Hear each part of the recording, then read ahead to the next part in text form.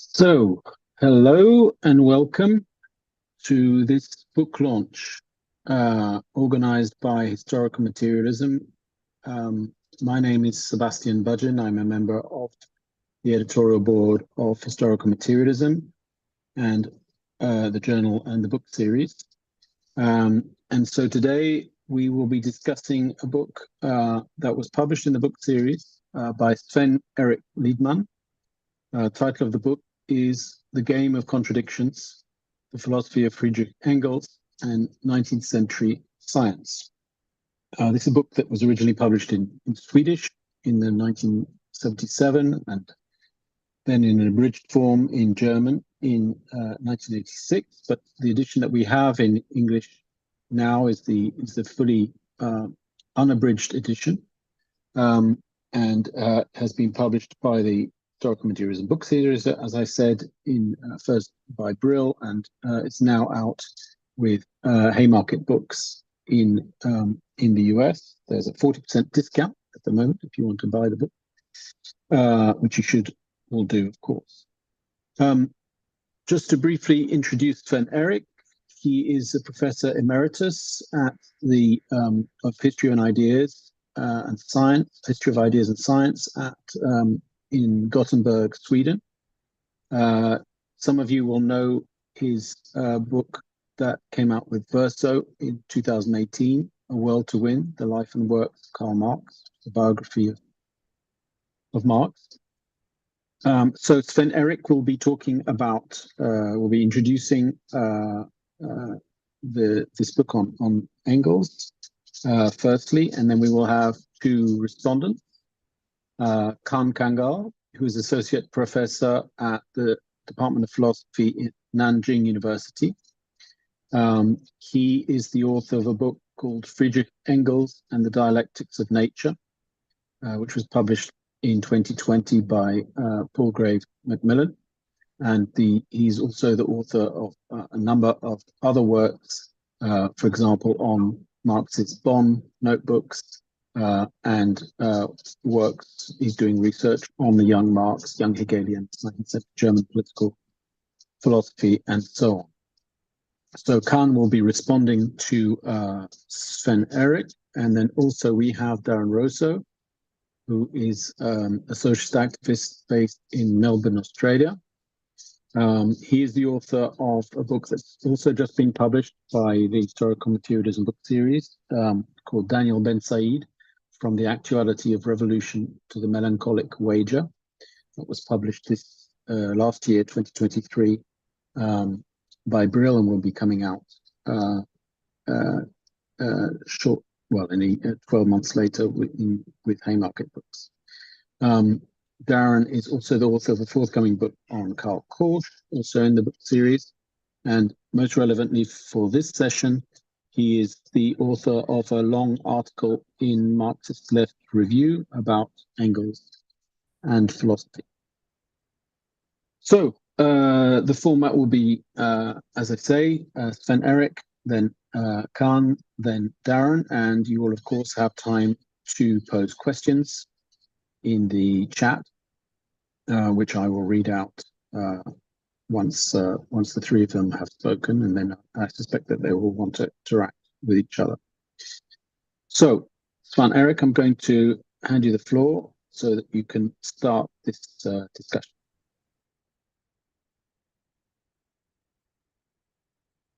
Yeah, thank you for this opportunity to present and to discuss my book, The Game of Contradictions. This is a book with a history. The first Swedish edition was published in 1977. Much has happened since then. In the late 1970s, the Soviet Union seemed to be a stable empire. Maoism dominated communist China 1 year after Mao's death. The Vietnam War was over, and the US had just got a new president, Jimmy Carter, who talked warmly about human rights. Margaret Thatcher and Ronald Reagan were still lurking behind the scene. I myself was a relatively young man, 38. I had a young and wonderful new wife. We had a little son who today is a middle-aged man with his own family. Almost half a century later, I am still married to the same wonderful woman, and now I am sitting here.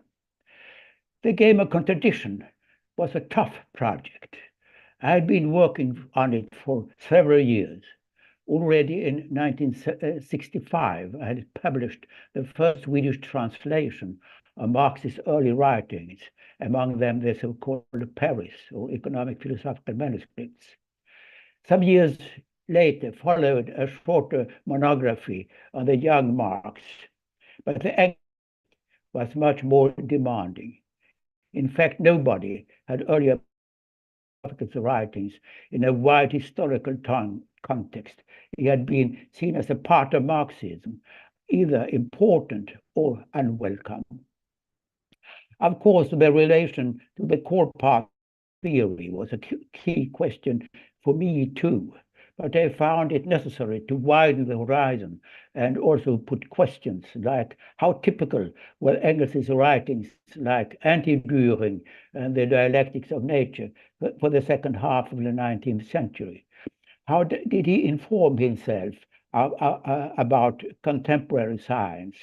Where did he find his philosophical inspiration? Such questions had an extremely wide scope. They presupposed extensive knowledge about both philosophy and science in his time. I had a background in the history of philosophy, just as in the history of science. I knew my Kant, my Schelling, and my Hegel. Darwin and Darwinism were familiar to me, just as several of the great physicists, chemists, and historians. My interest in Engels forced me to dig much deeper than before. My little study in Gothenburg was crowded with thick, old, and dusty volumes. It was a marvelous time. The first big question was how to begin. Suddenly, I found a solution. In 1873, Engels wrote a letter to Marx. At this time, both of them lived in London, but Marx was on a short visit to Manchester. A few days later, he would be returning to London. Clearly, the message was an urgent one. It starts very dramatically. Engels writes, "This morning in bed, the following dialectical ideas on the natural sciences came into my head." It's obvious that he had not communicated any such ideas to Marx during their almost daily relations over the preceding years, or he would not have written this letter. The response Engels immediately received also indicated a certain amount of surprise. The letter was greatly edifying, Marx wrote, but he wouldn't venture an opinion until he had consulted the authorities inside Goose Eyes. The most important authority in question about natural science to Marx and Engels was the chemist Carl Schorlemmer, professor in organic chemistry in Manchester. Schorlemmer was a close friend of Engels, and soon he became it also to Marx. Schorlemmer was forgotten in the Engels literature, and this is really a shame. Writing this letter, one that dealt with everything except Schorlemmer stopped by Engels' ideas to study. He is essentially in agreement with you, Marx reported. Schorlemmer noted a few comments on Engels' letter. They were agreed quite right. Such remarks are not particularly surprising. In the latter half of the 1860s, they had frequently visited each other in Manchester, and even after Engels had moved to London, they met as often as the opportunity permitted. They were close friends, a dominant part in their friendship. But Schorlemmer was also Engels' counselor and guide in the natural sciences. At the same time, however, Schorlemmer comments show that he was not aware of Engels' far-reaching plans. He would otherwise not have had to make his own position clear. Engels' letter from 1873 gave me a good beginning. From this starting point, I presented my theoretical and methodological principles. I am soon coming back at least one of them. Then follow four substantial parts. The first scrutinizes both Marx's and Engels' encounters with philosophy and science up to the 1870s. Hegel is, of course, central, just as Charles Darwin. It is an important fact that Marx turned back to Hegel when he tried to develop his theory of capital.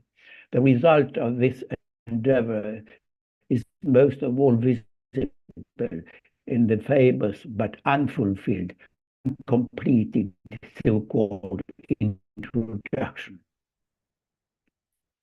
Darwin's Origin of Species from 1859 meant a sensation both to Marx and to Engels. Engels read it immediately, Marx somewhat later. Marx was triumphant. He had problems with what he saw as Darwin's crude English manner, but still he saw the theory of the natural selection as a good foundation for his and Engels' own history of theory, as he said.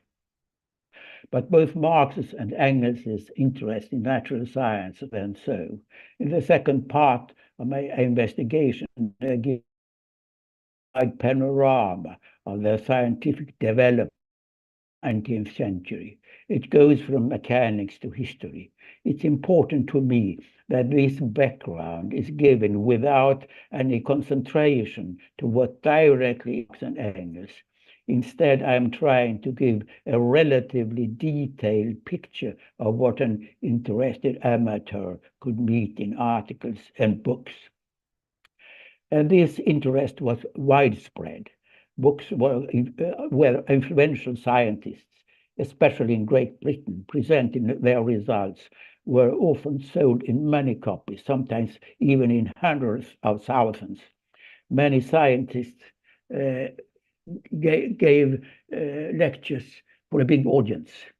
When the scientists met at conferences like British Association for the Advancement of Science or its German counterpart, important addresses were published verbatim, verbally in widespread journals. Furthermore, many philosophers where they tried to present a synthesis, a Weltanschauung, where the bricks were new scientific theories, but the construction was their own. Engels wrote in the preface to Anti-Düring that systems were springing up like mushrooms out of the ground in Germany. This was correct, but the systematic fervor was strong in England and France as well. Germany had its unique philosophical tradition from Romanticism and Hegel. But France had Auguste Comte, England had Spencer, and many of the most renowned scientists like Hermann von Helmholtz, John Tyndall, T.H. Huxley, and Louis Pasteur, to just name a few, were giving talks and writing papers about the possibilities of creating a unity out of current knowledge. There is, however, an opposite tendency in scientific research, namely observation. Already the amount of observations is steadily increasing, and methodologies are refined and diversified. Besides, in my study, I can relatively exactly describe how some new specialties were beginning of the 19th century, chemists, to the extent that chemists like the Swede Jens Jakob Berzelius or the German Justus von Liebig worked over the whole field. A few decades later, however, inorganic and organic chemistry had developed into this just one example out of many. In my study, I have succeeded to demonstrate that strictly empirical work, such as observations and experiments, favors specialization, whereas a concentration on theories, not to say ideologies, is a strong support for widening the scope of their theories. That is also to say that a strong external support in the practical adaptation of science means specialization, whereas Weltanschauungen and political ideologies influence science in the opposite direction. Needless to say, a good advanced science is both empirically and theoretically on a high level. Still, the influence from outside is often strong. The most advanced science in the 19th century, mechanics, was both very down to earth in its adaptations and the strongest support for worldviews that were called mechanistic. Some theories proved to be especially important during the 19th century from my special point of view. The first one was the principle of energy. So many people were fascinated by the principle that says that energy is neither created nor destroyed, but only transformed from one type of energy into another. Still more influential became, of course, Charles Darwin's theory. From 1859 onwards, it was present in innumerable discussions, articles, pamphlets, and books. Even scientists in adjacent and not so adjacent disciplines were influenced by it, positively or negatively. In my presentation, I can demonstrate that new editions and standard books in, for example, physiology and or embryology or even archaeology not only mentioned Darwin, but also tried to either oppose or strengthen the theory of natural selection in their own field. In this way, they came closer to, if not the Weltanschauung, so at least more far-reaching theories than they earlier had expressed. This investigation of the 19th century science forms the background to Marx's and especially Engels' theoretical work. Their focus changed during their career, and there was substantial difference between them. This is highlighted in the third part of my investigation. Marx developed his theory of capital during many years. Without any doubt, this was a scientific specialty embedded in a wider and less elaborated conception of history called historical materialism.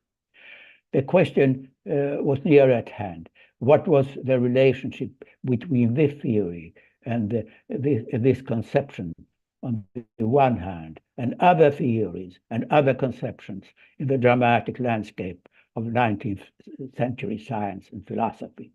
Both Engels and especially Marx had a solid background in the Hegelian tradition. This tradition was not à la mode when Marx published Capital, Volume 1. He did it in 1867. Hegel is treated like a dead dog, Marx said, and in opposition to this disdain,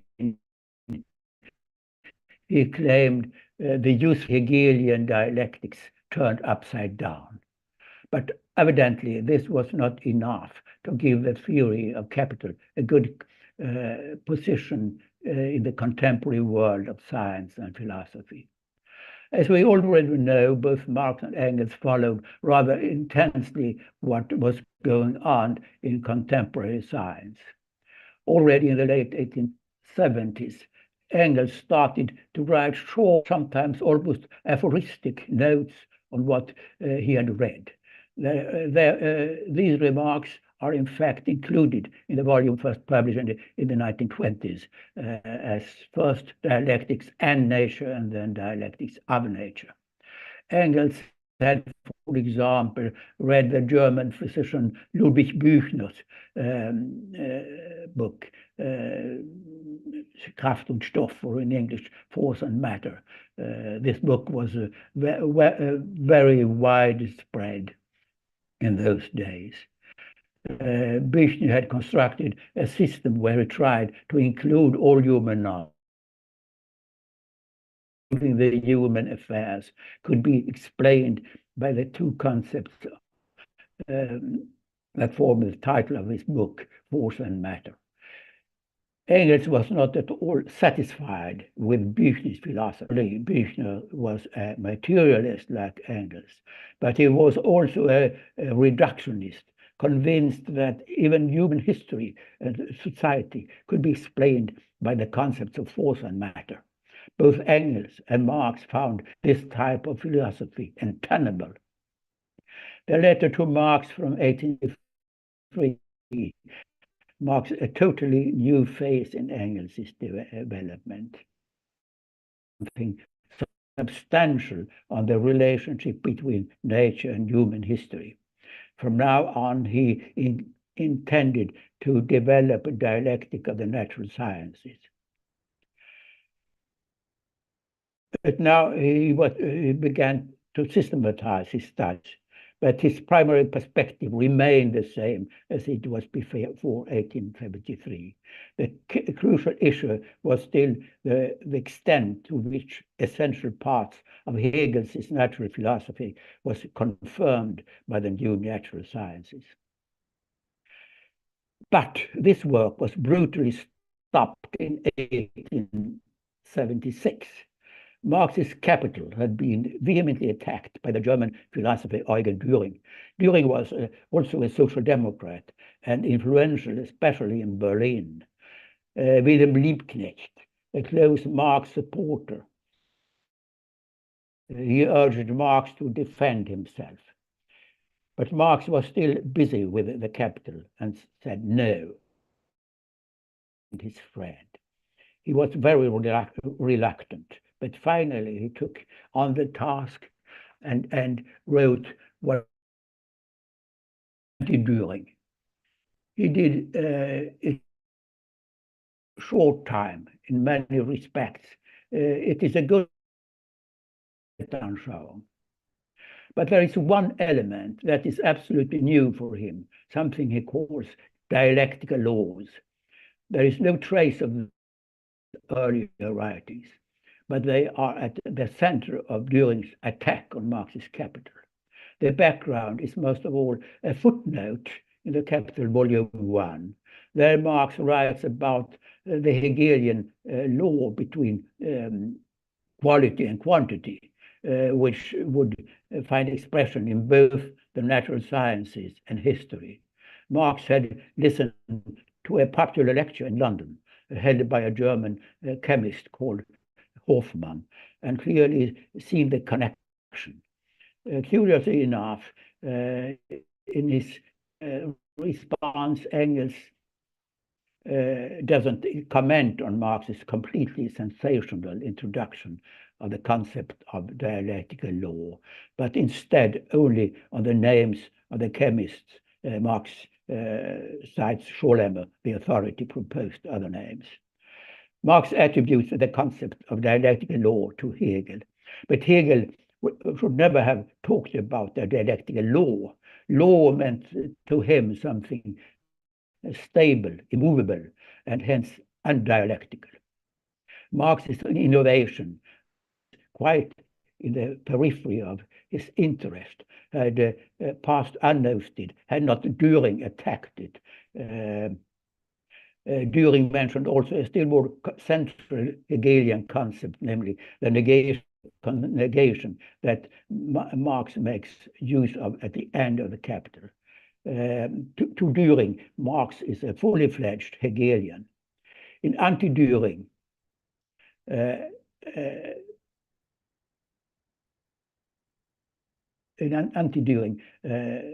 the concept of dialectical law suddenly seems quite central to Engels' Weltanschauung. In contrast to Marx, he even raised the negation of the negation to the rank of a dialectical law. When Engels had fulfilled his task of defending Marx against Dühring, he returned to his project from 1873. But now he went on talking about dialectical laws. In different manuscripts, however, he discerns 2, 3, or even 4 laws. In short, it doesn't seem to be a solid idea to Engels. It was abruptly broken up with Marx's death in 1883. The many manuscripts he had written from 1850s and especially after 1873 were, with a few exceptions, just drafts that were collected in a book in the 1920s. In this book, finally called Dialectics of Nature, the so-called dialectical laws stand out as something easy to memorize. When the Stalinist Marx and Leninists was codified in the 1830s in short catechism-like textbooks, generations of young communists had to learn the alternative with three laws by heart and try to understand their meaning in many different contexts, from melting water to the class struggle in capitalist society. This was a stupefying exercise that was not broken up before the end of the Soviet Union in 1991.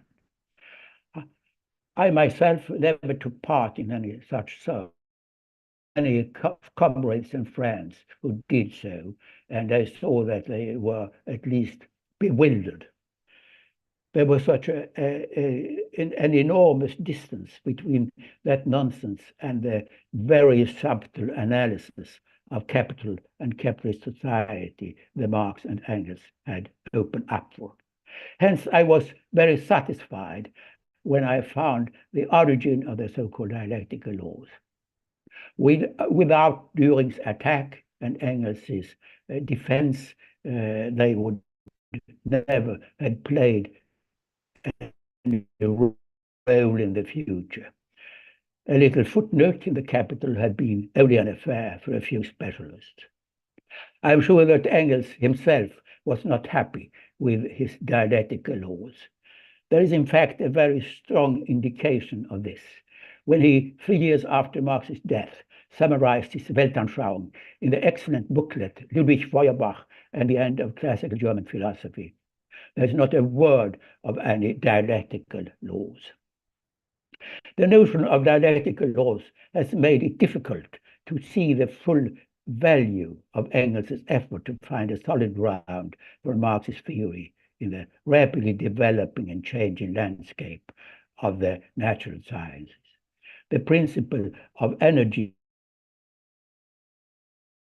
more so the theory of Charles Darwin, with his close friendship to one of the leading chemists of his time, Karl Storlember, he became in contact with the enormously expanding and important field of chemistry, both materially and intellectually, more central in those days than we can imagine today. Engels developed a kind of metaphysics or a general theory that can be called irreductive materialism.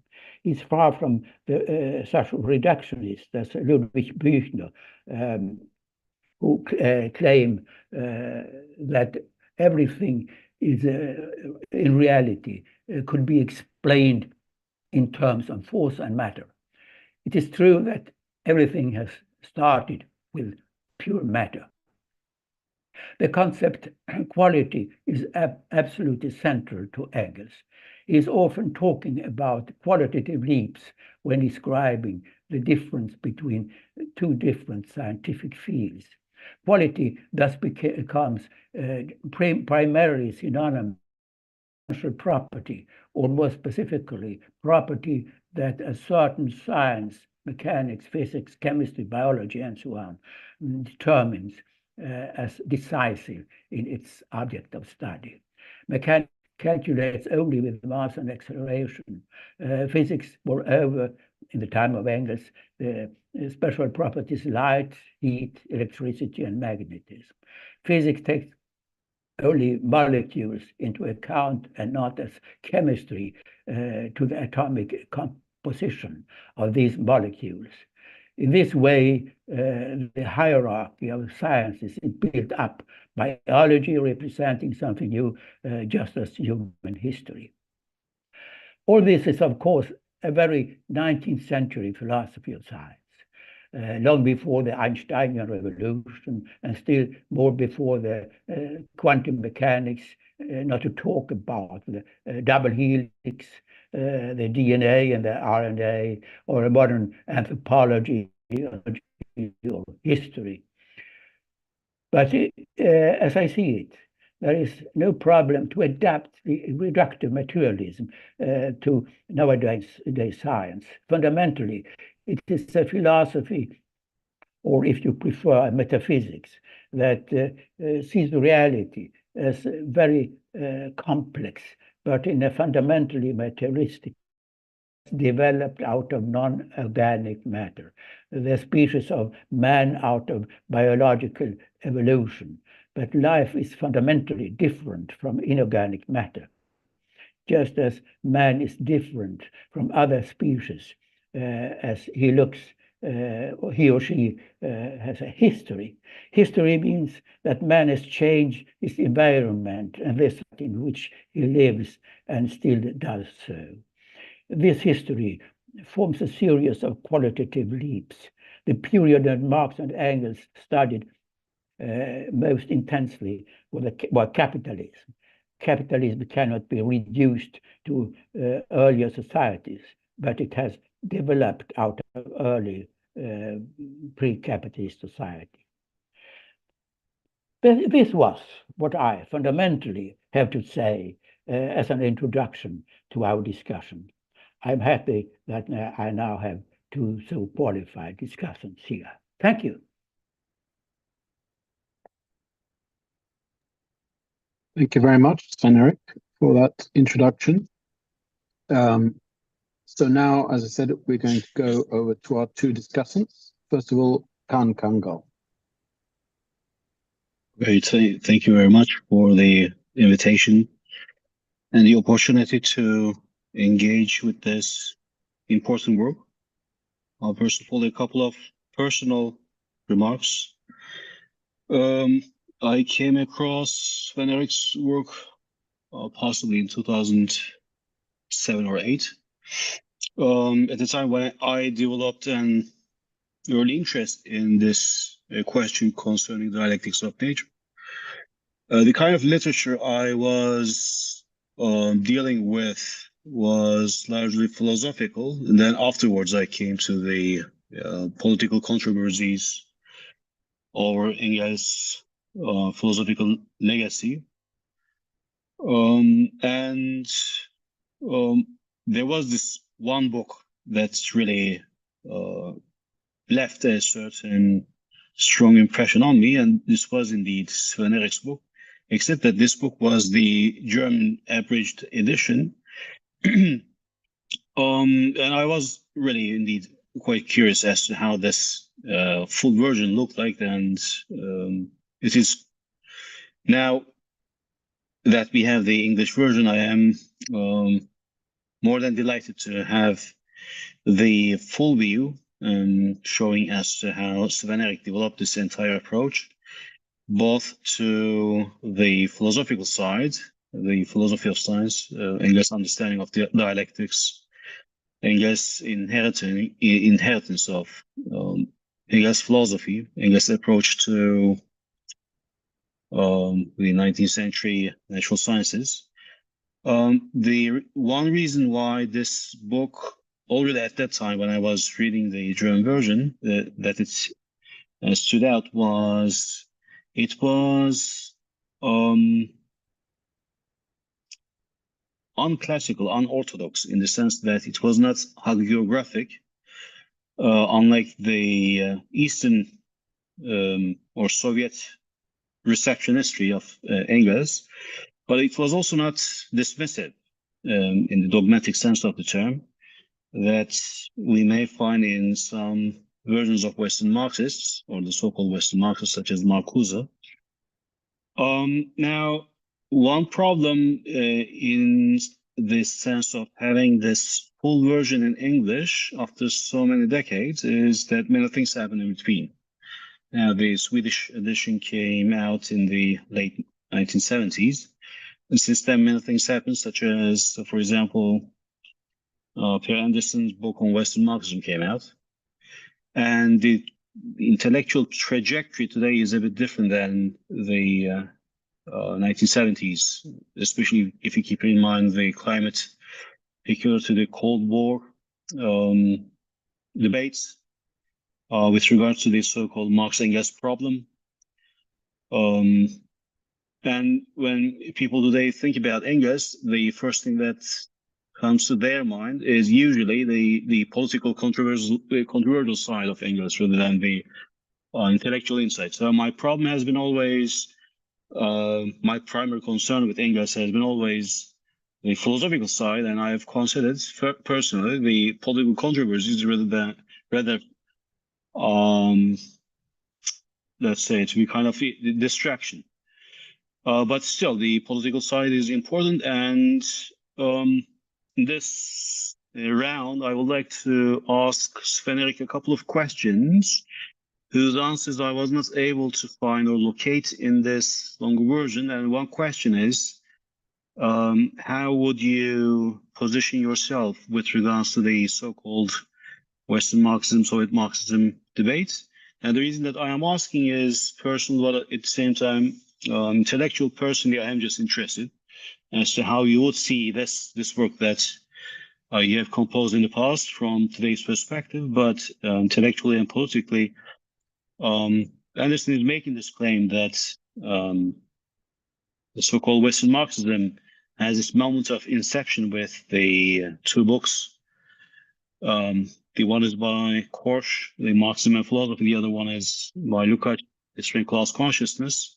And this moment of inception is identified with what he calls a decisive rejection of Engels' philosophical heritage. So this is something that you do not address in the book. So I would like to know how you would approach this issue. Since I mentioned a couple of unorthodox elements in your approach, if I compare this with the existing literature, and I have at the time focused largely on the Soviet and the German literature. And one thing that I found comparable to at least one figure in the Soviet literature was Kedrov, Bonifati Kedrov, who in fact not only worked on Engels' philosophy of nature and natural sciences, but also he prepared his own edition of Dialectics of Nature, giving it a different title and different structure different than the officially published versions in the popular editions of the collected works of Marx and Engels, but also the historical critical edition, Mega 1 and Mega 2. And one thing that I liked in Kedrov's approach was that this text could be presented and edited differently. That is, it is useful to relativize the previously established form of reading Engels. And one thing that is indeed comparable to your approach is this different way of periodizing Engels' work on dialectical philosophy and natural sciences. So this is pretty clear from your fourfold periodization of Engels, which is really yours. It is original. I do not know any other scholar who proposed something similar in this regard, because you start the work much earlier than Engels actually started working on. That is actually when he started writing the very first manuscript of Dialectics of Nature, which is the one on Büchner. So you go back to the late 1850s, and then the first period being until 1873. And then the second one is the 73 until Anti-Düring, and then from Anti-Düring until 1883, that is Marx's death. And then the final period will be the after 83. So this is pretty interesting approach, especially the inception of the entire project being in the 1850s rather than the work on Büchner. So this is something I appreciate in terms of relativizing this. But one thing that you do not seem to mention is what exactly happens after 1883, that is after Marx's death. We know that this was something like a break for Engels, because he had to devote his time and energy to editing Marx's Capital. But we also know that in 1886 or later, he reorganized the materials, that is the manuscript, putting them in 4 different folders, which is why we speak of 4 different folders today. Right? Then he incorporated some materials from Feuerbach. So maybe a further periodization within that final period is possible. Right, so I don't want to spend lots of time on this, because I'm sure some of the questions are also of interest for Darren. Let me skip some of my notes. There are certain things that I would like to really know, because I do not have the answer to those questions. There's at least one question that I would like to have your opinion about. This is this is a footnote actually in your book, where you mention Engels' attempt to establish a parallel between these so-called 3 or 4 laws. Actually, those 4 laws, as you mentioned in the book, they were 4 laws, and then somehow they become 3 laws. You know, the 4th law being the spiral movement. In any case, so you mentioned this parallelization between the 3 laws and Hegel's logic. Hegel's logic consists of these logic of being, logic of essence, logic of concepts, right? So what exactly is the point you think might be there of this parallelization between these 3 laws? And you also mentioned that there's something like a problem with the 3rd law corresponding to the 3rd section of Hegel's logic, because he's saying that the 3rd law corresponds to the entire system and not the 3rd law, to the 3rd section of Hegel's logic. So this is some very specific question. That is, why would this be the case? Why would he be preoccupied with this kind of parallelization, something like a structural isomorphism between 3 laws and the book or the system of Hegel? But I have a much broader question that might be of interest for the audience and other readers of the book. Why bother with Hegel? It is, what is the significance of Hegel and Hegel's logic? Now, some people believe that it's just a waste of time. Hegel is already obscure enough. Why, for example, not deal with some other philosophers who promise more clarity, such as Kant? Or why not just make this entire philosophical undertaking more updated by consulting more recent philosophers, right? So what is the whole point of this preoccupation with Hegel? Right? Now, my answer has been, but this is a provisional answer, but I would like to know how you would approach this kind of perspective. And my understanding has always been this. The importance of Hegel is that this logic has been at the same time an ontology. So, for example, logic is really deals with concepts. So, for example, when Hegel speaks of this essence or I don't know, cause, effect, reflection, and so on and so forth, these are really concepts. And Hegel is not concerned with anything else other than the concepts themselves. But Hegel seems to have this double reading of Hegel, that is reading logic as a presentation of the movement of concepts. But then there is a certain isomorphic correspondence between the logical structures of these concepts on one side and the structure of real elements in nature on the other side, and that would be the ontological side. Right? In fact, you can also say that this ontological side could be divided into an ontic and then a logical side. That is, a logic being something like a conceptual tool in use in articulating the structures that do exist, except that these tools that we use in articulating these structures are logical. That is, logical categories, which would explain why we deal with these two different levels, logical and the ontological. So I thought this was the reason why Engels had this kind of, along with Marx, had this kind of affinity or this thing for Engels, logic and dialectics. Right. So I had actually one final question. This actually points to a certain problem. I've noted in your discussion of these thermodynamics and Engels' reception of Clausius, there's this issue with the first law and the second law of thermodynamics. So there's already a debate. There was a debate in the last few decades. That is after the Swedish edition of your book came out.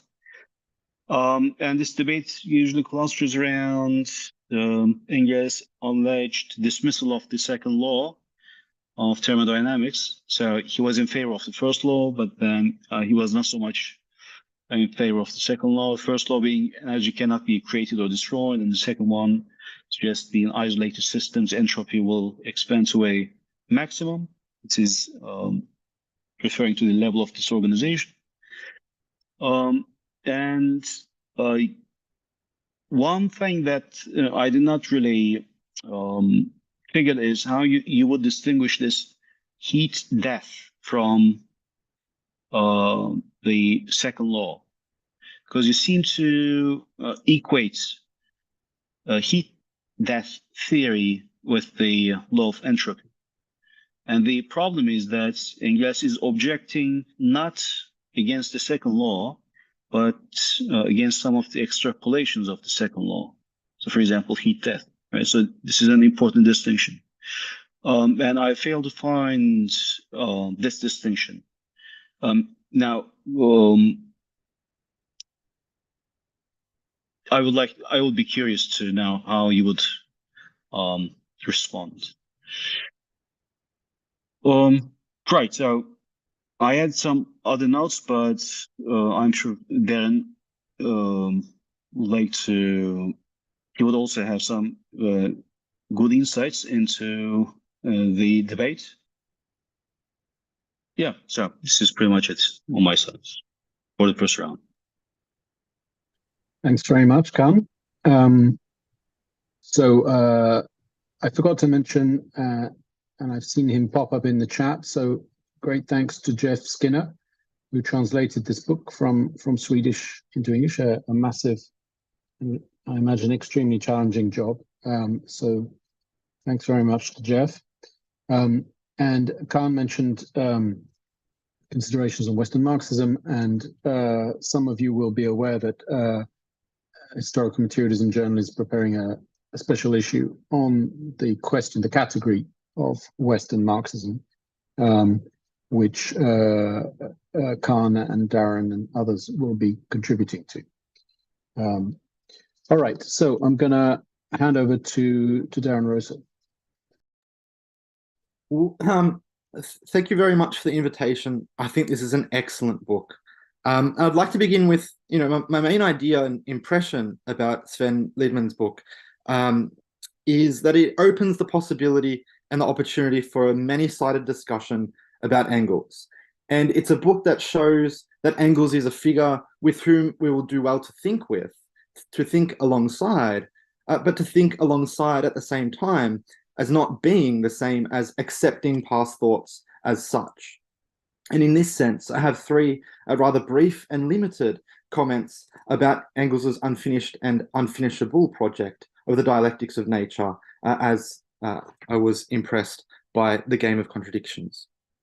So, philosophy of nature aside, in the first place is the question of Hegelian systematics, a logic of relations, and the science of logic.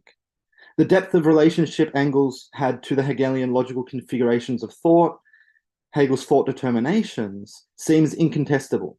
What Liedman calls the Hegelian form Engels is working with, and as Kahn raised. Indeed, it is near impossible to imagine Engels as having somehow made much of his return to the natural sciences of his time without the Hegelian moment.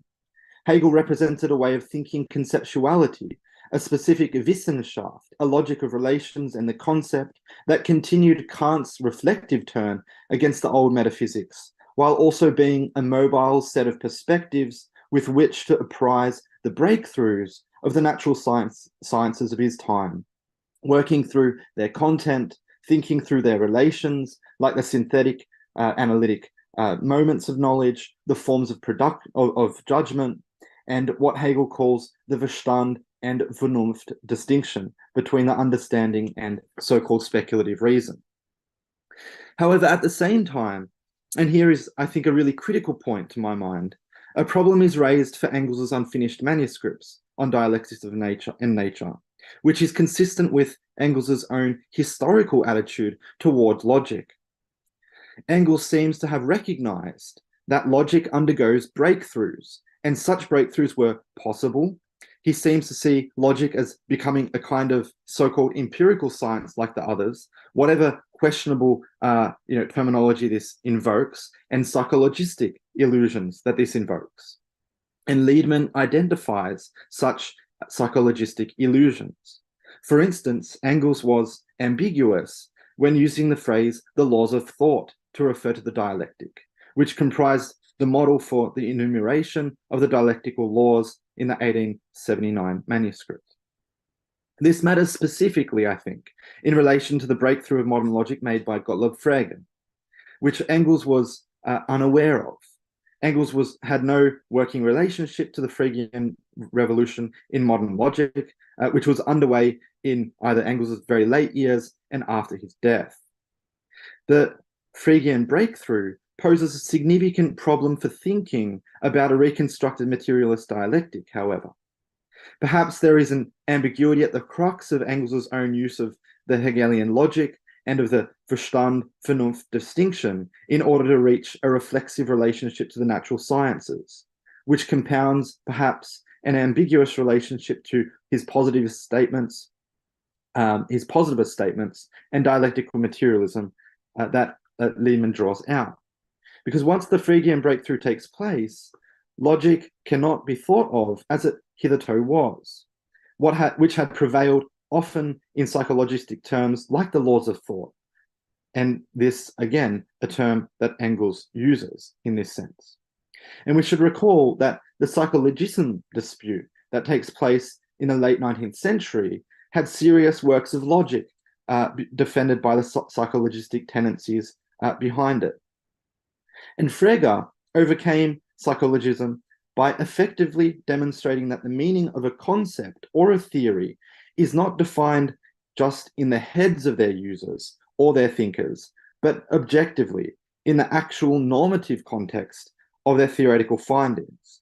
He distinguished between concepts and proper names, which makes it possible to think singularity without dialectically reducing it to universal and general determinations or predications. And lastly, he distinguished between identification and conceptual determination. On this last point, Engels seems to have accepted and reproduced Hegel's confusion of identity and conceptual determination. These moments comprise the break with psychologism and its illusions in the laws of thought. Perhaps Frege's breakthrough obliges another theoretical determination when thinking about Engels' dialectic of nature manuscripts, because the sophistication of the Hegelian logical apparatus becomes limited in a sense, but by no means redundant.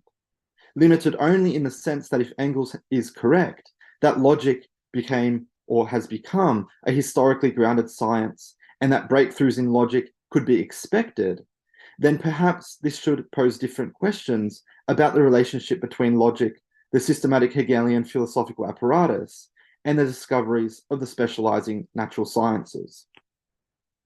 Conjoined to the breakthroughs of modern logic that compel us to take the Frege combination seriously in creative ways, we also have the ongoing debates and the developments in the philosophy of science, which could be taken as the terrain upon which Engels's unfinished manuscripts were thinking thought content through.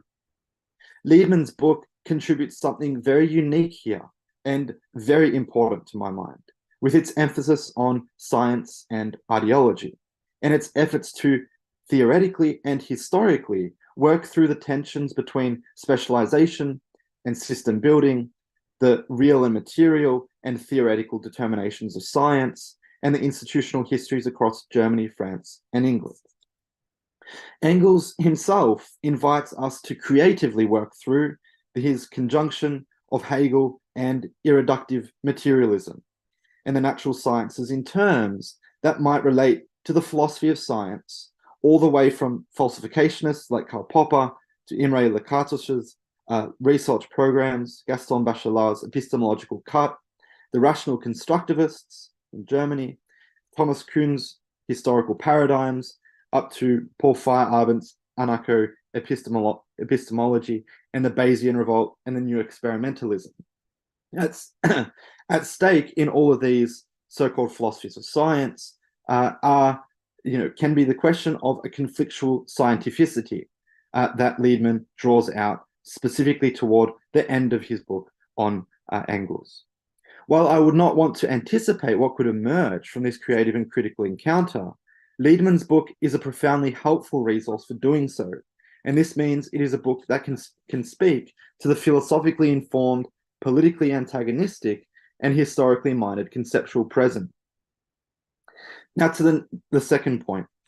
To take Engels' own words consistently and non-dogmatically, I think we should pay attention to his argument that the form of materialism, the form that materialism takes specifically, changes with scientific revolutions. Though this is perhaps an unresolved point that Liedman explores in the manuscript. It points to the reconstructivist task of giving a thinking about materiality a form, while it also has the capacity to, from Engels' own words, make the unfinished manuscripts on the dialectic and nature a historical artifact of a thinking about the materiality of materialism. So what effect does consequent scientific revolutions have on Engels' own thinking of materialism? This is a question. Liedman tends in this direction when he shows this, how system building is finite and rested upon the assumption that no fundamental crises of scientific foundation would take place. It is necessary to draw the consequences from the fact that the entirety of the unfinished manuscripts dedicated to nature and the natural sciences were working with a Newtonian model of physics, which necessarily had implications for Engels' system building. And dogmatic readings of these manuscripts never drew perhaps the consequences from this elementary fact. We can leave aside any possible results that a productive friction between Hegel and Newton might produce about space and time, and focus primarily on the fact that we have a reflective relationship of philosophy to the constituted scientific breakthroughs of Newtonian physics. The question to pose Engels' unfinished manuscripts on nature and dialectics concerns what happens to the articulations of materialism in these manuscripts once an unprecedented scientific discovery overturning the Newtonian framework of physics takes place, or what happens when general special relativity and quantum mechanics make their breakthroughs with Einstein, Bohr, Heisenberg, turning Newtonian physics into a special case. The post-Newtonian physics, if we read Engels' word for its implications, perhaps might have consequences for the very thinking of the form materialism takes. This is a specific question that Liedman's non-dogmatic reading of Engels' unfinished manuscripts begins to answer, or is sketched out as an answer to. These queries have pertinence to Engels' grasp of the relationship of philosophy and the sciences. Even if it was in a Hegelian mold, it had an implicit Kantian background. Liedman shows that the limits of scientific domains, with their own specific materialities and specializations, and the relationship between epistemic breakthroughs, often unforeseen, unforeseeable, only possibly posited by philosophical articulations, makes great trouble for the constructive system building of a philosophical, metaphysical, ontological totality with its general laws.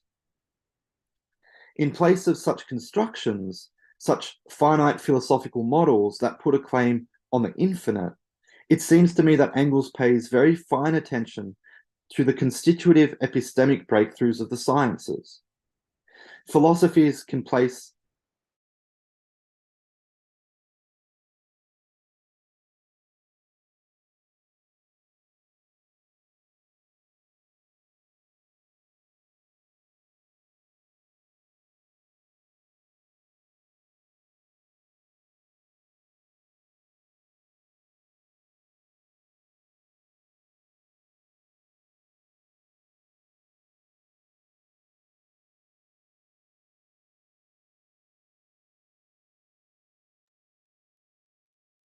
these really material practices of sciences have decisive consequences for reflective philosophical articulation.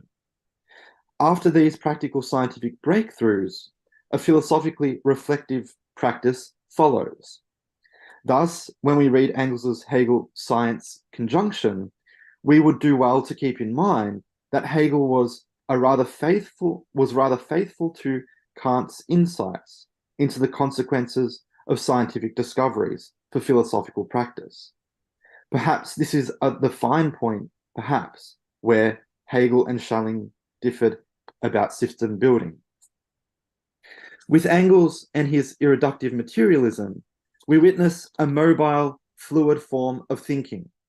If working through the theoretical, empirical content of scientific breakthroughs has a primacy in Engels's thinking, then of course subsequent scientific breakthroughs have their implications for any reading of Engels's unfinished manuscripts. And Liedman's book is helpful here as a resource in concentrating on the primacy of scientific discovery and the thinking through process that Engels is party to, which is an alternative to reading Engels and his unfinished manuscripts with the intention of constructing a finished, unified, perhaps metaphysical, ontological picture of reality, which in 20th century Marxism was often translated into ideology and itself was ideologically overdetermined. And so far, and this is my last point, I've tried to argue that at least two breakthroughs modify any interpretation of Engels's unfinished manuscripts: the Frege breakthrough and the turning of Newtonian physics into a special case. But I want now to address the relationship between, and these are not Liedman's concepts, but I think can be informed in some way by them, but the difference between a hermeneutic worldview orientation towards Engels and a philosophical scientific orientation we could provisionally call materialist. The term, so as I said, the terminology is not Liedman's, but I think it folds back onto three elements of his work. Firstly, Liedman's effort to construct a theoretical account of manifest and latent ideologies, which in some ways reminds me actually of Freud's psychoanalytic breakthrough, in which he speaks about manifest and latent dreams in the interpretation of dreams. And that's very suggestive in terms of thinking about ideology, worldviews, and also the reading of scientific texts. When we read the unfinished manuscripts, we ask ourselves if we are reading them in the interest of a hermeneutic effort to construct a worldview in which whatever is said by Engels, much of which may have been or was inconsistent, can be at the service of the construction of a worldview. I think this worldview orientation has a tendency, or the hermeneutic orientation rather, has a tendency to degrade a theoretical reconstruction and possibly compound the illusions that Engels himself had about the feasibility of using science for ideological construction. The hermeneutic is a religious orientation to the word that, even if it may be productive in setting forth the plurality of meanings of any given text, it fails to work through the scientific truth claims of the texts in question.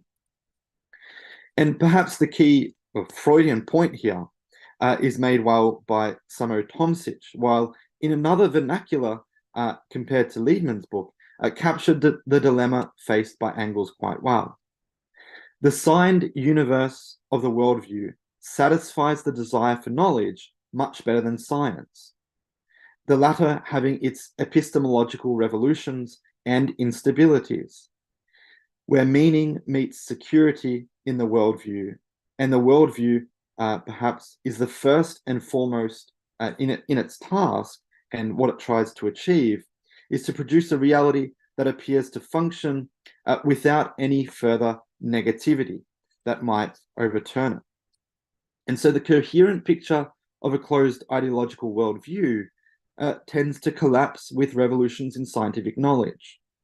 And by contrast, a materialist operation of reading the manuscripts should be able to handle the complexity of scientific argument in such a way that gives insight into the specific structures of reality or materiality, i.e. producing insights into such structures. It also tests what is written and searches for impasses. And perhaps we can read Engels as having written notes consisting of well-informed guesswork witnessing the inventions of scientific thought and practice, and seriously thinking truths that are historical, yet also at the same time under Spinoza's statement, thought under the form of eternity. And so there is a point perhaps to the distinction between the hermeneutic and materialist orientation, because it also pertains to this, what has become known as the demarcation problem of science from ideology, which became a necessity when, to put it bluntly, Marxism via Stalinism became a new ideology of domination. Despite Marx and Engels never producing a theory of science or their own scientificity as such, Liedman makes an effort to construct such a theory. Perhaps the hermeneutic worldview interpretation systematically avoids the demarcation problem, or at least cannot resolve it in favor of the provisional scientific truths and their relationship to ideology. The materialist interpretation might have a better chance of resolving the demarcation problem of science and ideology because it thinks the reconstruction of the structures of reality, able to put to question the proliferation of scientific propositions, theorems, and theories. A reading of the manuscripts, Engels' manuscripts, could come to terms with the nature of scientific discovery. And this is exactly, I think, what Liedman does, and I admire it. Because such a reading comes to terms with the nature of scientific theory building, the specificity of Engels' contemporary moment, and the historical genesis of its scientific discoveries, while again witnessing Engels conjoining them to his own particular Hegelian and materialist operation of thinking, while also recognizing the ideological determination and the way in which Engels was trying to make sense of and integrate such breakthroughs into a new form of an ideological worldview. The materialist interpretation of Engels takes responsibility for his systematic scientificity and its philosophical conjunctions in a way that uncovers the specific scientific truths, while demarcating such truth claims from ideological mobilizations, without necessarily belittling the ideological determinations. Specifying the role of ideological determination is a great strength of Liedman's book. And the materialist interpretation is concerned more with the validity and truth than the authority of Engels' words, treated as an indubitable origin to be worshipped. This was one of the essential confusions when it came to reading Engels in the 20th century Marxism, namely the elementary inability to distinguish between these two readings. By obfuscating the demarcation problem, the hermeneutic readings misrecognized the intentions, efforts, effects, and achievements of Engels's philosophically, ideologically informed foray into the natural sciences. It made it much easier to translate the role that rote formulaic laws of dialectic had to the sciences, and it made the effort essentially to bring any stray remark of Engels into an element of an ossified and unrewarding form of ideology, part of the ideological state apparatuses and party functionaries. By insisting on the reconstruction of the natural sciences of Engels's time, dealing in narrative and scientific argument, by drawing a line of demarcation against the dogmatisms that had relied on Engels, and by showing the limitations of Engels himself, while nonetheless clearly showing the specific form of scientificity Engels was committed to, Sven Liedman's book is a masterpiece of historically situated thought determinations and deserves much congratulation. It should be obvious that confronting the ecological crisis renews the need to think the relations of science, politics, ideological determination, and the structures of the capitalist mode of production, all of which are admirably covered in this book. I think I'll leave it there. Thank you. Thanks very much, Darren. We lost sound for about 20 seconds after epistemic breakthrough, but I don't know if you can find that passage easily and you want to just reread that paragraph. Engels' attention to scientific epistemic breakthroughs. No? It's fine. I'll leave it. Okay. All right. Thanks very much, both to Khan and to Darren. So we're beginning to get some questions on the chat, but perhaps Sven-Eric, you want to give some initial responses? Yes, thank you. Thank you very much, both of you, to very interesting criticism and appraisal also of my old book. I must just say that my biography of Marx, A World to Win, that was published at Warsaw in 2018. Of course, this is very much closer to my position today than this book from 78. But I can say that still I am today not far from my position in 78. So much has happened since then, of course, but what I was saying there, I stand for it still today. But I have got several questions. I can't respond to all of them, I think, but just a few points here. I think Western Marxism that Kant talked about is very important. Of course, I myself from the beginning, living in Sweden, and I had my living as a university professor in Gothenburg, and I was just studying very intensely Marx and Engels, but still I had this position of writing books, giving talks, and all that, and not trying clearly to make any revolutions, or only to change society in not a very substantial way. I was doomed as a Western Marxist, of course. I must say that. Then my attitude to Lukács and his History and Class Consciousness. Of course, this is a very important book, but I think that his attitude to Engels there is very simplistic. He's just negative to it. When Lukács then adapted himself to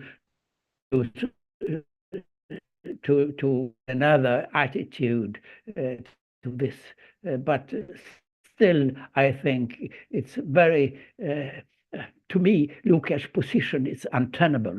There is much more interest in Engels' attitude than just saying, no, there is nothing in that. Then, of course, as Kant said, I am following the history of Engels' manuscripts very closely. And of course, after 83, when Engels, most of all, were editing Marx's manuscripts for volume 2 and 3. I have not scrutinized this development, but I have written rather much about his little book that I find his best work beside of the early book on the class structure in Great Britain and in England and Scotland from the 1840s. This Feuerbach book that I found. This book is also very important as Engels there didn't even mention dialectical laws. I think that he had get rid of this odd idea that first, of course, first Marx, but then substantially during led him into. I think that Engels' attitude to Hegel is, of course, very interesting, very complicated. To Engels, it was very important that Marx, when taking up his really to write Capital Volume 1, is that Marx returned to Hegel's logics in the late 1850s, and the most distinctive step there was, of course, his Grundrisse, unfulfilled, very, very important.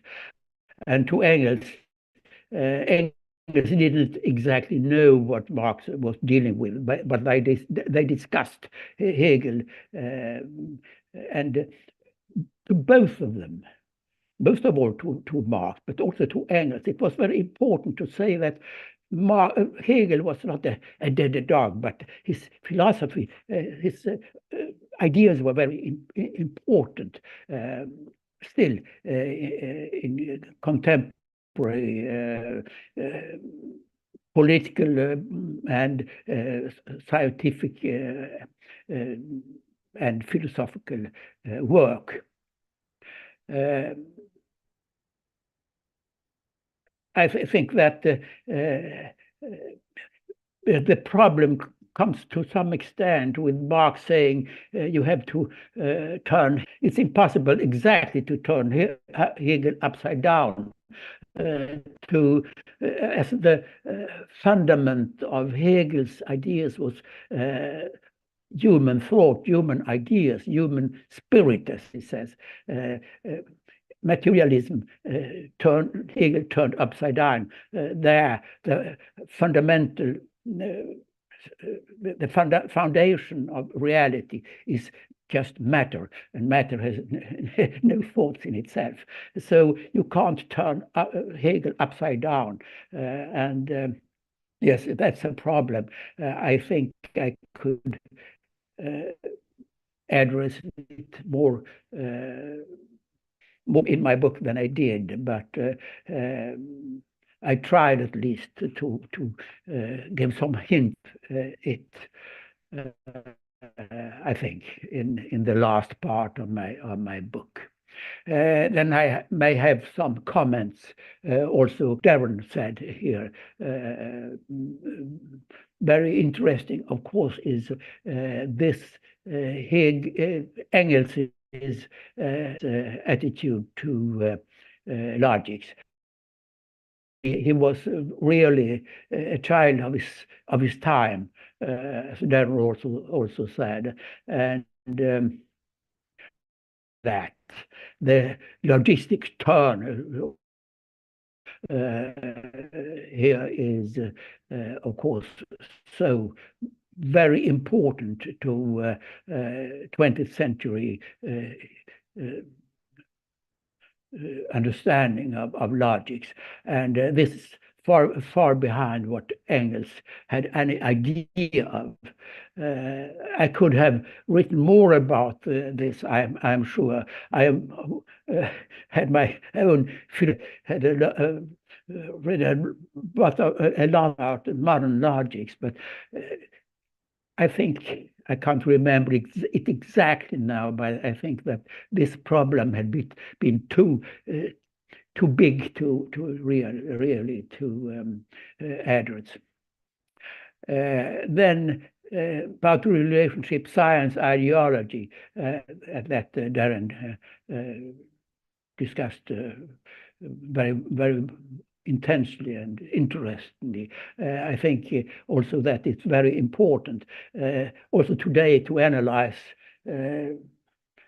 present day science. You can see it's very much an ideology, an ideological bent there.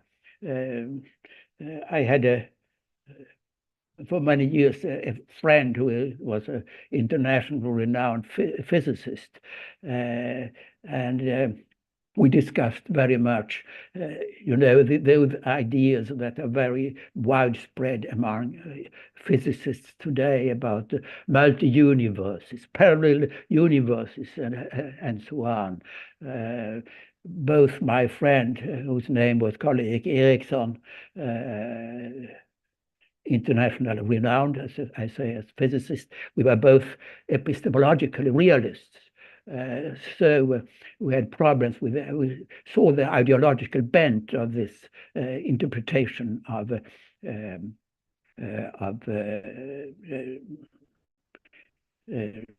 quantum mechanics.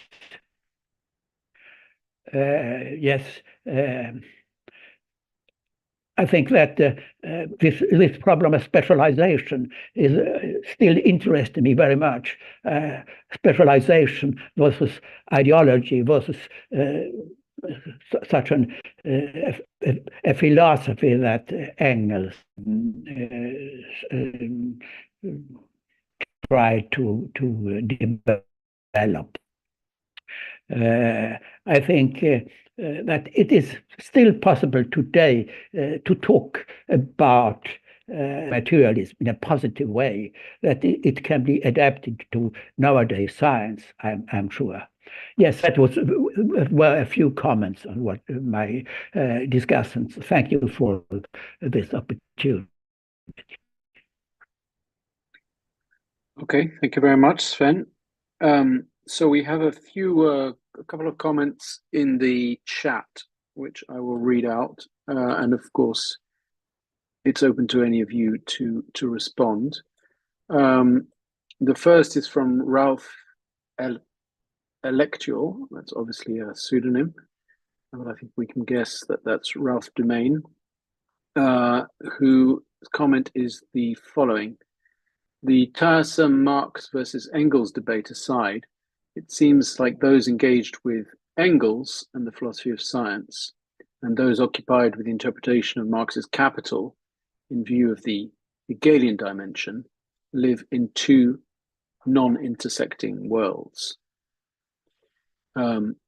So yeah, maybe you want to comment on the division between those interested in Engels and the philosophy of science, and those interested in Marx and his relationship to Hegel through a philosophical framework. And these are also both part of the Marxist tradition, but arguably living in parallel universes, speaking about parallel universes. So maybe that's one question that any of you would like to respond to. And then there are two questions from a comrade in Brazil, Nathan Oliveira. The first question is the following. Do you consider that the different readings of Marx and Engels about Hegel are expressed in differences in their conception of dialectics? So do you consider that the different readings of Marx and Engels about Hegel are expressed in differences in their conception of dialectics? And then the second question from Nathan is, do developments in contemporary sciences, relativity, quantum theory, molecular biology, etc., bring new elements to the dialectics of nature? So do developments in the contemporary sciences, relativity, quantum theory, molecular biology, etc., bring new elements to the dialectics of nature? Can, do you want to respond to either of those or anything else?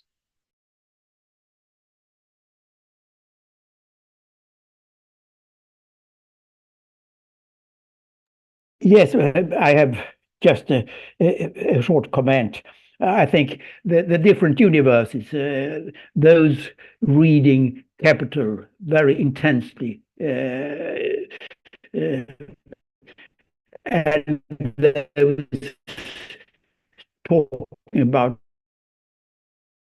to bring them together in some way. I mean that the problems are not so very different. I think that many of them studying Capital today, they find Engels somewhat old-fashioned, clumsy, and all that. But I think it's important to try to make him more present to our discussion today. I think that would broaden the discussion very much. And then to the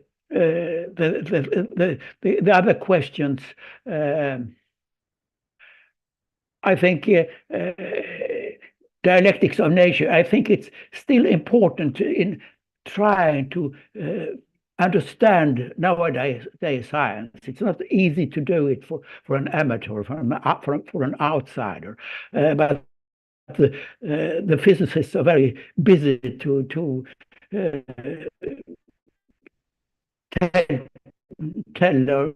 write more popular books about that. And to me, it's quite clear that here, I think that was what I had to say. Thank you.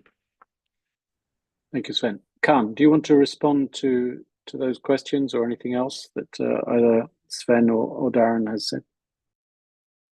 Yeah, well, I can very briefly comment on that point made about the intersection, that we have this one world that belongs to Engels and the other world that belongs to Marx Capital. These are obviously, this is not Marxism, obviously, this is just two sections in the larger family that is called Marxist debates. In my understanding, Marxism has been always that intersection between these two. So for me, there has never been that sort of either or question. But if you look at people doing Engels and people doing Marx Capital, you would not see many people dealing with the two debates. But more to the point, I would say that at least there is one, let's say, one very strong common pattern between these two debates. That is, if you look at the Kapitallogik debate, that is the logic concerning, or the debate concerning Hegel's logic and Marx Capital, we have this in the Anglophone debates, the Chris Arthur, Tony Smith, and some other contributions from the Italian scholars, as to understand this relationship between these two books in terms of a isomorphism or homology and so on. Actually, the kind of point that I have made with regards to this Hegel's logic being a logic and an ontology at once is a point that is very close to Tony Smith's Tony Smith's intervention in that homology debate, because Smith is also proceeding from the premise that this logic has to be understood as the sort of being a logical book, that is a book on logic, that is correct thinking, but at the same time, a specific linguistic and logical articulation of ontological structures, right? So in that regard, we have a problem that is similarly structured in these two different fields. But based on that, I'm not saying that, okay, now we should move on and adopt Engels' three laws and then one-sidedly apply to dialectics of nature and dialectics of society. But I believe we have, as I said, a problem that is similarly structured, and it is always this this thing that Engels called the basic problem or the basic question of philosophy, namely the question concerning the relationship between thinking and being. That is how you relate your own thinking to these existing social structures, and how do you place that thinking within that social or natural reality. So in that regard, that's intersection is Marxism, in my understanding. This is the one response. Should I also say a couple of things about the question raised by Nathan about this Marx and Engels on Hegel? Or maybe Darren wants to say something about that. I'm not sure. No, go ahead, and then Darren can come in afterwards. Right. So the different readings of Marx and Engels about Hegel expressing differences in the conception of dialectics. Well, what is dialectics? Now, this is actually the kind of question that I want to ask Sven-Eric. Yeah, so, but I could offer one approach. Now, the question is actually not what dialectics is, but why do we usually presume that dialectics is like one thing? And another premise that is usually unquestioned is whether dialectics is this unified and consistent way of thinking in itself, as we find it in, for example, in Hegel. My problem with the Hegelian dialectics is that, and this is the kind of problem that I have raised when I was discussing this parallelization that was established by Engels between Hegel's logic and these so-called three laws, or Hegel's system and his three laws. If you look at the book itself, the Greater Logic, you will see different forms of dialectics. The one is speculative logic of being, that is the transition, but it is a logical transition, it is not a real transition. The other one is in the logic of essence, and the dialectics is then a matter of reflection. And the final one is this logical concept, and this is some sort of, let's say, dialectics of totality. So these are somehow unified in Hegel's understanding, but then if this is the case, then how is this so different from Marx and Engels, right?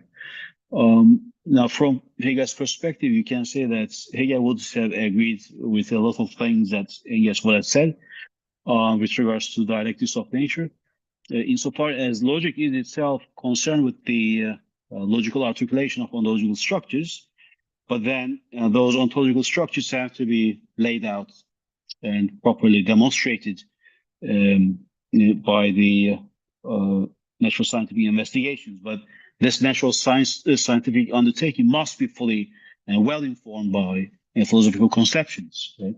So they are really on the same page, Hegel and Engels. The problem with Marx is that his objective is different, not because his dialectics or understanding of dialectics is different, but his objective is different, and this is important. Why? Because the object of investigation gives a very peculiar shape to your own investigation. That is the kind of approach that you adopt in investigating a certain thing is pretty much determined, shaped by the objective that you are investigating. So in Engels' case, this was the physical structures, chemical structures, or the biological evolution, and so on and so forth. But then the objective that you find in Marx is different, right? So it is that kind of situation that was expressed by Marx, the division of labor, but that also points to the different, let's say, natures of the objectives that they had.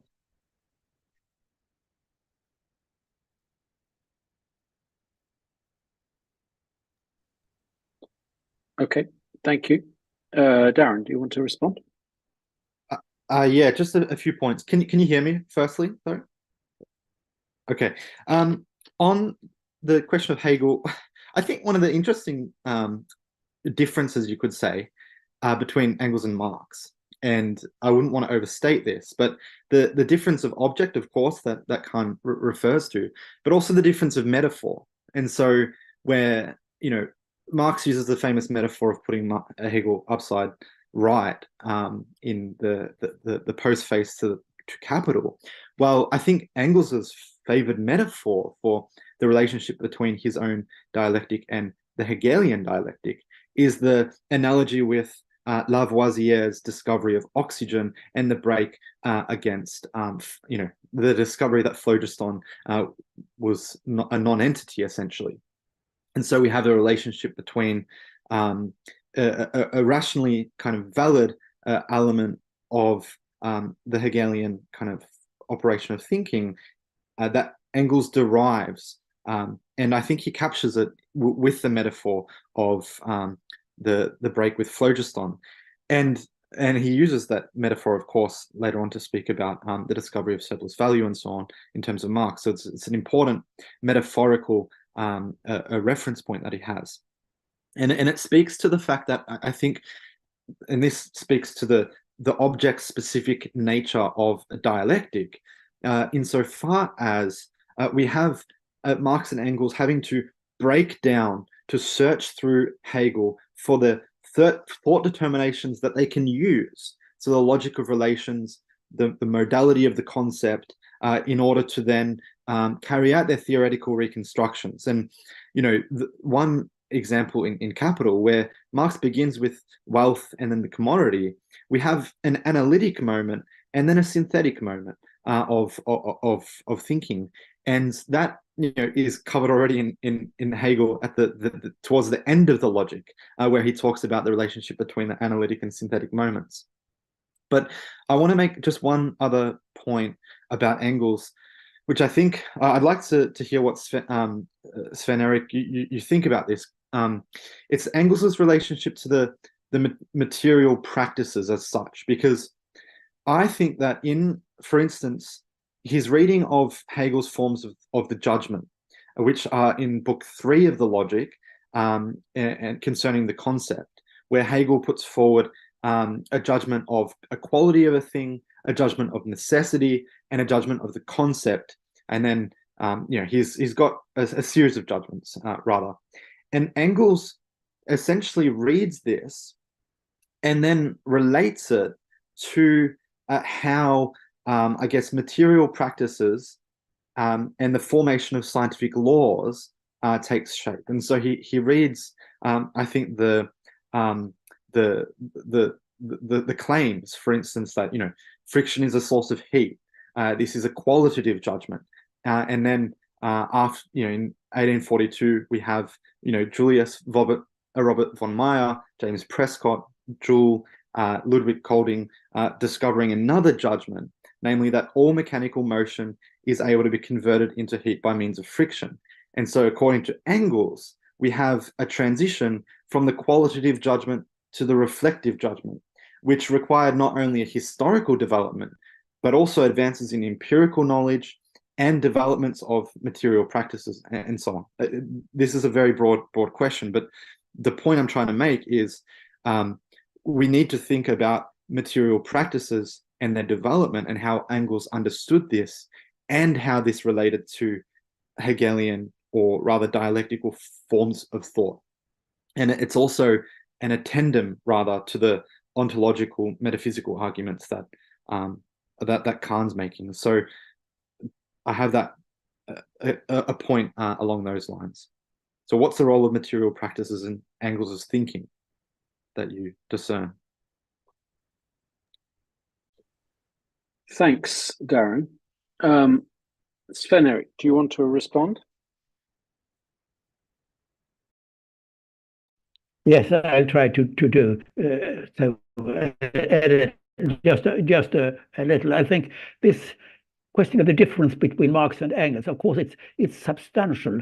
It's very important that Marx is developing a rather special theory, the theory of capital, that is at the center of Marx's endeavor. And of course, his the capital, as he not fulfilled it, but what it is very important to see this. It's a specialized theory of a historical period.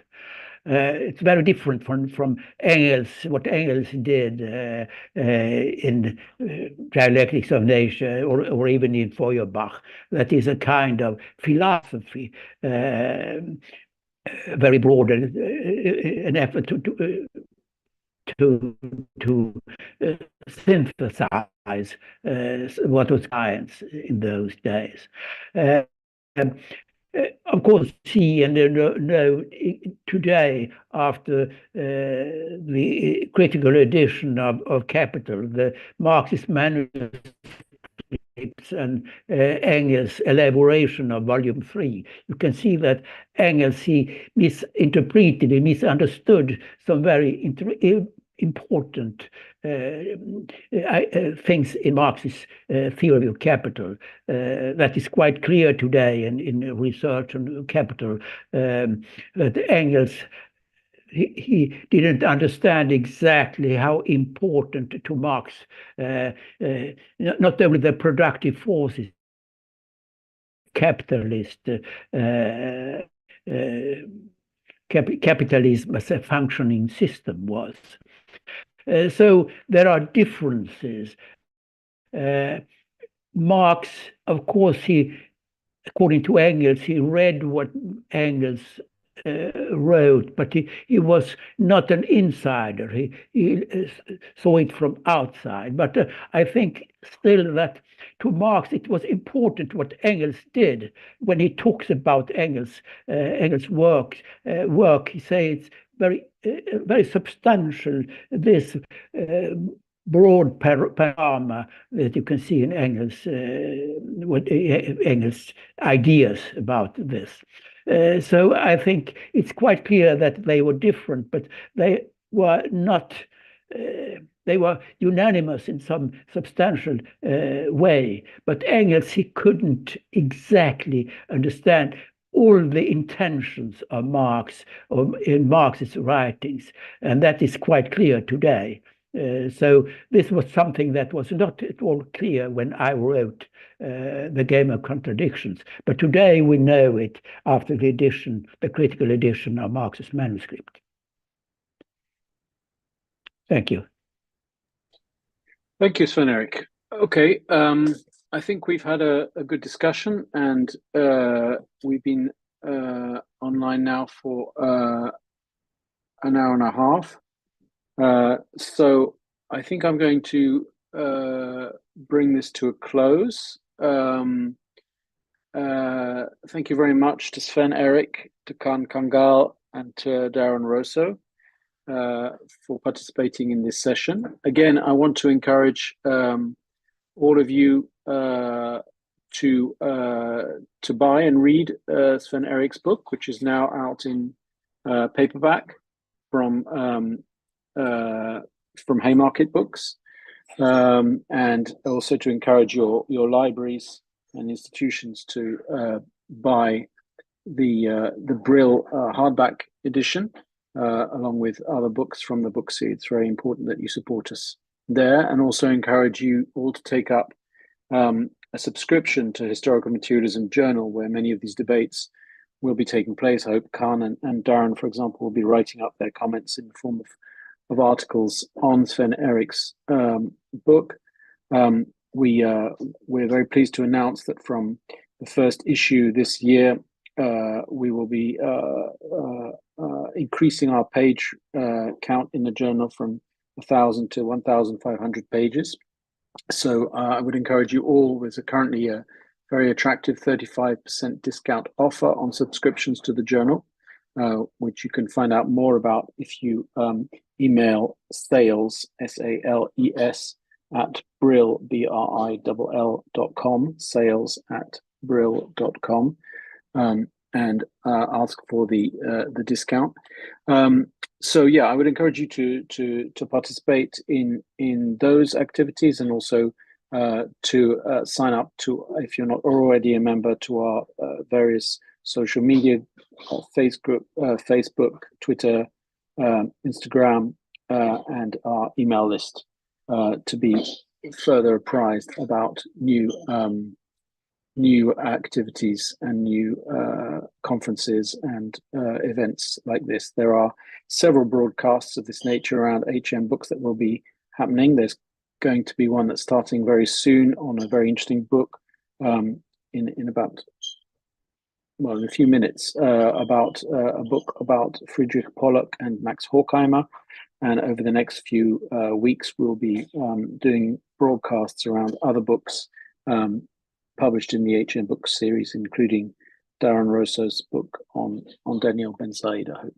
So yeah, please take up those offers. Currently, Sven-Eric's book is on sale at the Haymarket website. It's currently 20% off, so it's available for $44 rather than $55, which is a bargain if you consider the length of the book. All right. Thank you very much to Sven-Eric. Thank you very much to Khan. Thank you very much to Darren. And hope to see you all soon. Bye-bye. Bye-bye. Bye. Bye-bye. Thank you. Thank you very much.